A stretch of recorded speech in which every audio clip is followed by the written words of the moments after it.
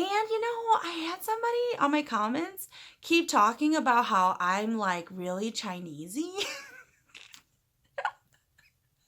You guys, I get a lot of people saying I'm really Americanized. This is the first that I've ever gotten that somebody sounds really Chinesey.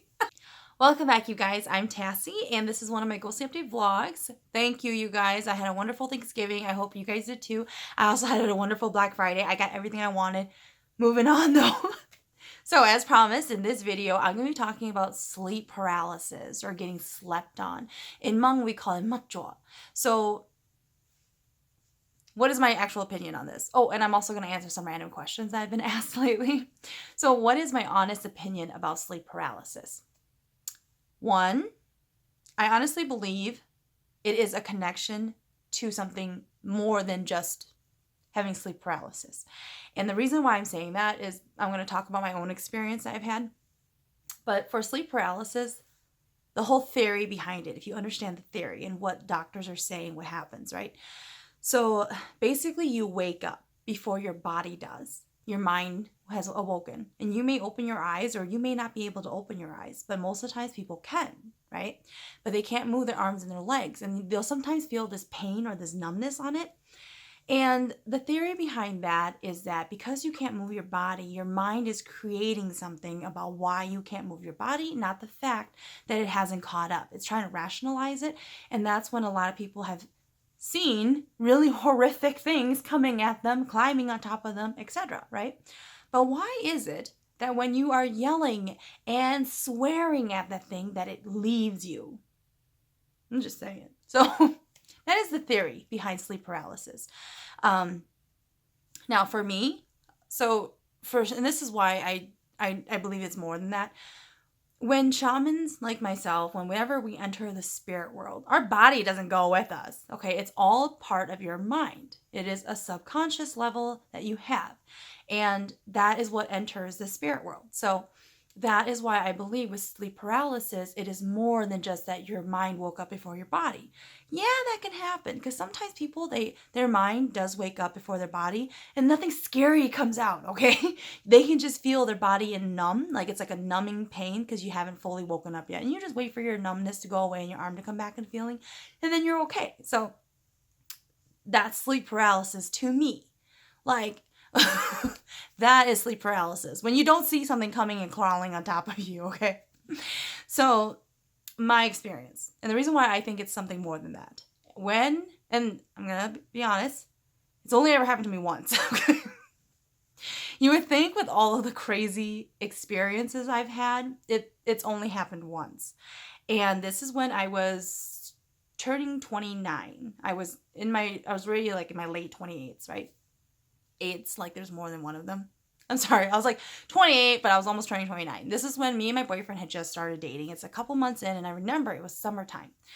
And I go to sleep on Sundays. I go to sleep earlier than my boyfriend because he has his own business. He gets up whenever he wants, and he just has coffee at the lake all day, okay? Like, that's him. I work 9 to 5. I work a corporate job, so I have to get up and go to work. So on Sunday nights, I go to sleep earlier and before him. He was up playing video games in the living room. So I'm at his place and I go into the bedroom and I'm going to sleep. And I remember I was tossing and turning because I'm a little upset that he doesn't have to go to sleep and I do. But I remember I started to notice like it's getting really late. I should go and bug him to come to bed. So in the back of my mind, I keep thinking that I need to get up and tell him to go and come to bed. But I'm also really tired, but I haven't fully fallen asleep. What happens is something comes into the room and the door is open, like about at the end of the bed, like a few more feet, and then it's the actual door, right? Into the hallway in the bathroom. And something pretending to be my boyfriend comes into the room. And I'm like, no, that's not my boyfriend. Like, I know instinctually that's not him. But it's pretending to be my boyfriend. And it's trying to say, oh, it's time, it's coming to bed, right? And then he tries to start to crawl on top of me. And I was like, no. So what I did was, I remember when I was doing it, I was like so tired. And it was so hard, but I lifted my leg up and I'm trying to kick it away from me. But it's like you have no energy. So my leg probably looked really pathetic in the air.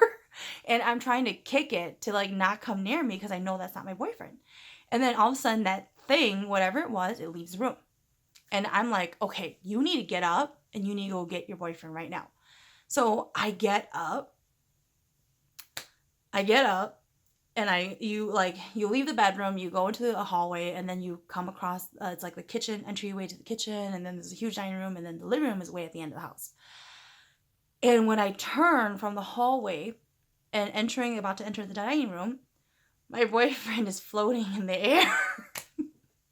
All right, so you guys know my boyfriend's white, but it looked like a vampire version of my boyfriend because, this was like a pasty, porcelain, unhealthy kind of a white, and he was really gaunt. Like, he was really, really skinny. My boyfriend is like a yoga fit, athletic type of thin, so it's not like muscular, super, I was gonna say chunky. I don't know why, but I think muscular, like super bulky, muscular men are chunky. Anyways, but then this thing looked really, really skinny, and he was floating, like laying on his back floating, and we have a blanket that we share on the couch, and he had the blanket pulled up to his chin, and he turns and he looks at me, and then all of a sudden, this is why I don't think that it's just sleep paralysis, all of a sudden, my spirit guides, I did not call my spirit guides, my spirit guides whipped out, grabbed me, and then literally I'm still staring at the vampire version of my boyfriend, and I'm being pulled all the way through the house back into the bedroom, and the bedroom door slams shut, and then boom, I wake up in real life. And then I freak out. I go running into the living room, and like my boyfriend's just playing video games looking at me like, what's going on? So that is why I don't believe that sleep paralysis is strictly your mind is awake, but your body's not. Okay, I was like dead tired, and a vampire version of my boyfriend came through. So I always reference the vampire, my vampire boyfriend. But now, in conclusion to that, my spirit guides never come out in my dreams. And this is when I was no longer a practicing shaman, that I was actually slept on. And, I've slept over at other exes' houses before, didn't get slept on. But then I go to my boyfriend now, and, his house, he has things that are there, and I'm really, really deathly afraid of his basement. But in his house, though, I'll always see his dad and his grandparents, and they've passed on. But I'll see them in the house. And, he was raised in that house. He's like 34 right now, and he was there since he was 2 years old, So it's a house that has been in their family for a very long time. So it's like they have things that are there. And, with 5 boys, brothers, they're naughty. They go out and come back home. And they bring all sorts of stuff back with them. And with my boyfriend, I mentioned in other videos about, specifically when it was a video about my boyfriend, he experiences supernatural occurrences too. And he always claims I bring demons over because sometimes he'll have really bad nightmares when I sleep over. But it's funny because other people have said the same thing about me. Other people, they always say that I either bring a demon over, because then it only happens when I sleep over or I'm around, or else when they see me in their dreams, they know stuff's about to go down. And people will literally call out to me in their dreams. And then they'll always text me or message me about how they dreamt of me and everything was crazy. It's not me, I swear. But it's funny because my brother and I, and off and on throughout our life, we've lived together, we've moved apart, we lived together, we moved apart. And I think it's because my brother and I, we are very close, but we're the only older siblings that aren't married and we don't have children, so it's easy for us to just come and go, and we lived a similar lifestyle. We like to drink, we like to go out, we like to have friends over, etc. So we had a similar lifestyle. So that's why we moved in and out with each other a lot. I haven't lived with my brother in a few years now, but when I did, it's really funny because my brother, he is supposed to be a shaman as well. And when he's sleeping, because it wasn't until a few years ago that he moved to first shift. And before that, though, he was always working second or third shifts for a long time.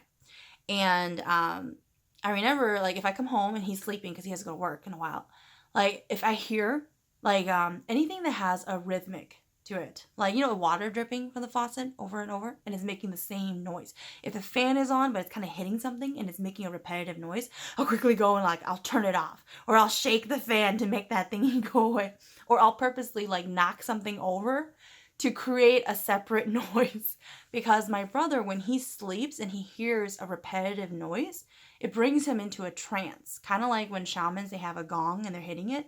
It will bring them into their trance. And whenever he goes into his trances, that's when he tends to get slept on. Or a demon comes to talk to him and try to do things to him, right? So I'm always running around doing random stuff. Yeah, when I lived with my brother, I would always purposely try and make random noises so that he wouldn't go into a trance when he's sleeping. It was just really weird.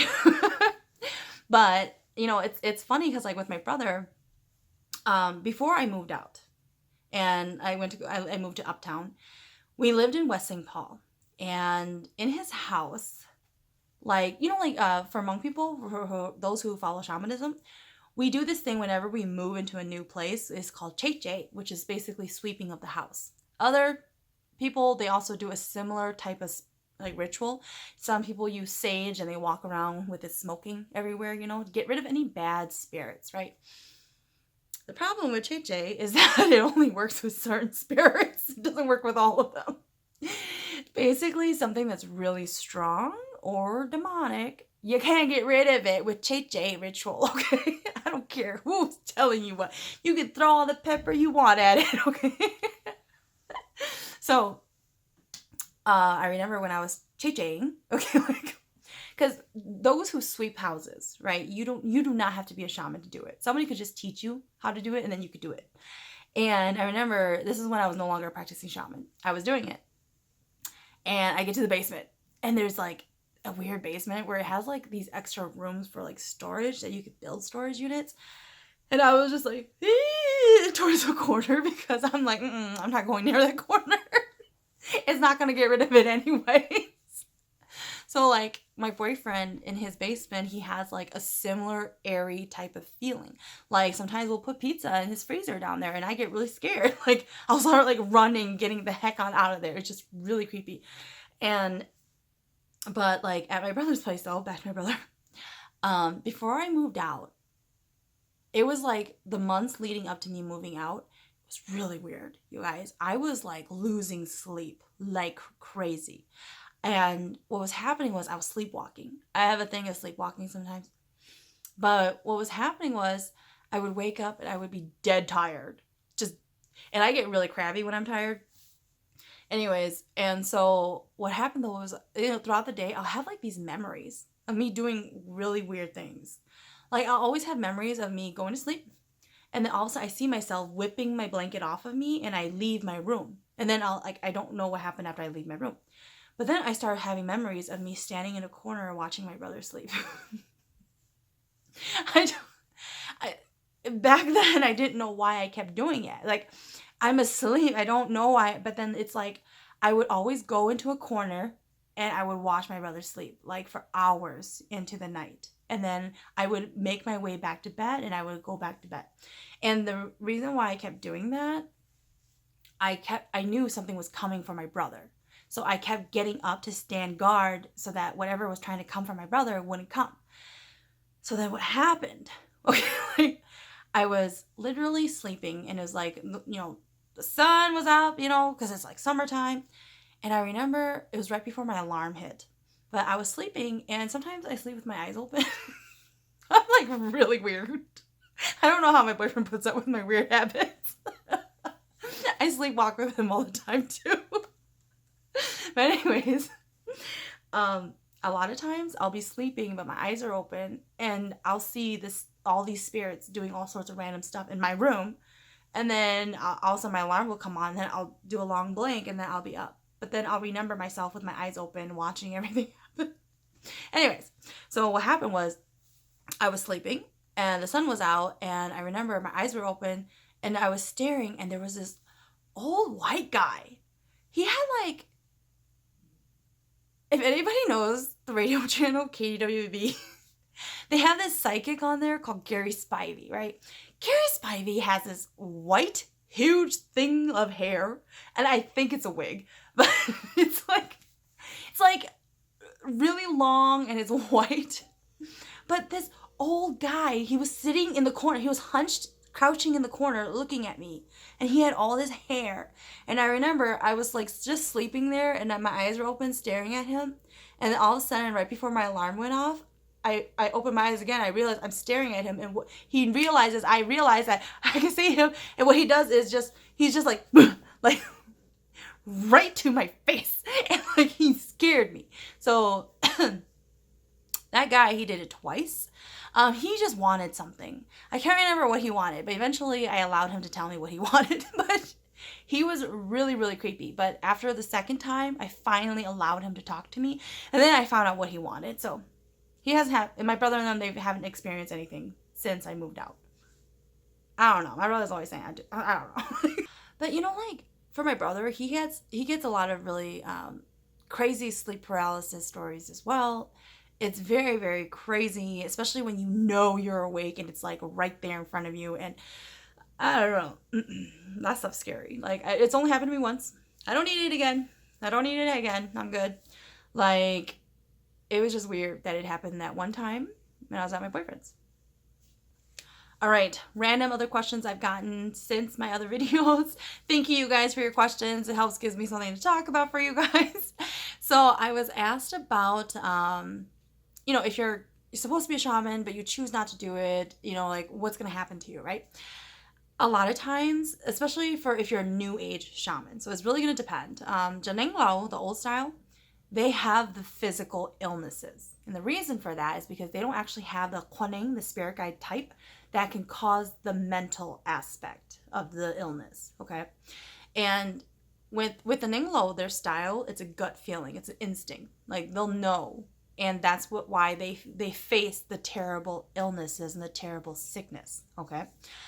I used to get sick when I became a shaman if I didn't listen to my spirit guides. They would make me go into physical pain. Okay.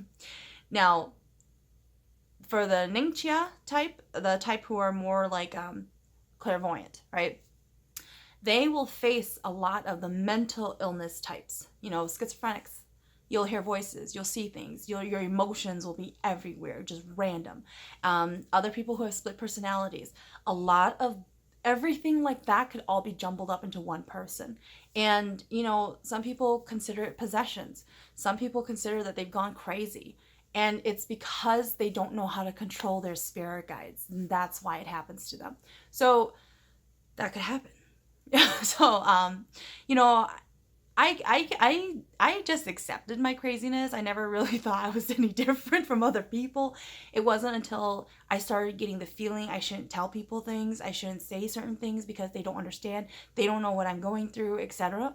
And, but I just always accepted it. I don't know. I'm kind of weird, you guys, if you haven't noticed. So, now the support. I was also asked, the support system I talk about, is it only for women? No. Support when you are a shaman.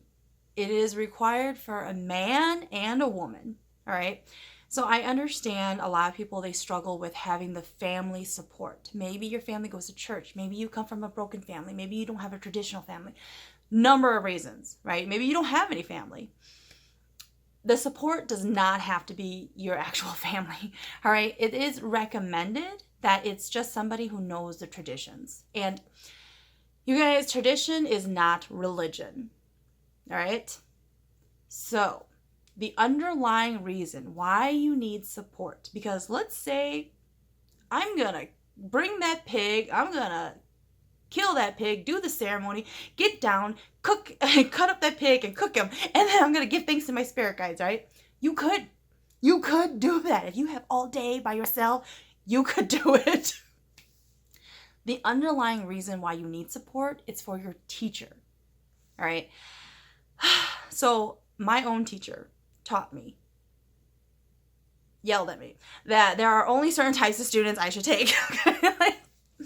Because if you take bad students or hard students who require more work, it's a lot of stress. It's a lot of work. And it looks bad to your own teacher above you. So like if I took on a student who absolutely had no support, they didn't know how to give my spirit guide thanks, then people will talk about it. And it's all about face value. Yeah. So if you guys are hearing about a young teacher who's not married, who has no children, whose family isn't even traditional, starts taking on all these students and everybody's being shamans, it ain't gonna look good. Okay. Even if my heart was in the right place to help all these people, it's not gonna look good. It's gonna look like it's a cult. Okay, like it's gonna. So, in 30, 50 years from now, my own teachers, other types of older generation teachers, they won't be around. They're not gonna be taking on all of these students. But what happens in the Hmong community, we have shamans who are reborn in generations. They're always going to be shamans. I mean, we are so Americanized now. You know, we've been in the US for so long, since the early 70s. Some people came in the late 60s. And it's just, we still have shamans running in our genes. And it's going to change. It will. It's just right now, it is not the time for that change. And the reason is because you have a lot of the old school types. You know, you're going to have grandfathers, you're going to have aunties, and they went through the traditional ways. Not the religious ways, the traditions, okay? Where certain steps are required, certain words are required to give proper thanks to your teacher, to give them face, that they are revered, that they are respected. If a teacher doesn't get that, and they're seen as just a friend, it's not going to fly well with the community. And that's why. That's why you need the support. Because you could have just friends. Right? They could be your best friends. Right? And they could be your best friend's uncle. Okay? Like, if they know how to properly give thanks to a teacher, that teacher will allow you to be their student. That's why. But if a teacher sees that you don't have support, you couldn't even have somebody to properly come and which is beg them to be your teacher, then it shows that you don't respect that teacher to be your teacher, because it's a lot of work. That's why. That is why the support is required. And yeah, in the future, I don't think it's going to be required such strict traditions. But for now, it's going to be hard. All right, now another question I was asked about was dragons. Like, what do they look like? So the dragons that I see from my own experience, they are the traditional Chinese mythical types of dragons, not European. However, I have known shamans who actually saw in the spirit world European style types of dragons. So it could be both, basically. But just my type, my style that I always see, they are the Chinese mythical types. And, you know, I had somebody on my comments keep talking about how I'm, like, really Chinesey. You guys, I get a lot of people saying I'm really Americanized. This is the first that I've ever gotten that somebody sounds really Chinesey. And I've mentioned in many videos, you guys, by now, most of my spirit guides, they are Chinese. They are. There is no denying that. They are Chinese. I have some that are Hmong, but the majority of them are Chinese. They will make me say and pronounce certain words where it sounds like it's Chinese because it is them speaking it to me. I struggle in speaking Hmong because most of my spirit guides are not even Hmong. Some of them are. Don't get me wrong, okay? Some of my spirit guides, they are Hmong. A lot of times they will speak to me in Hmong. But if you've ever, for anybody, there are tons of people, you guys, who have seen me do actual ceremonies, who've seen me actually go into the spirit world. I am mostly Chinese. So, letting you know, 至少我可不是你，至少我还是我是神呀，至少我不是你，至少我还是。Until next time, you guys.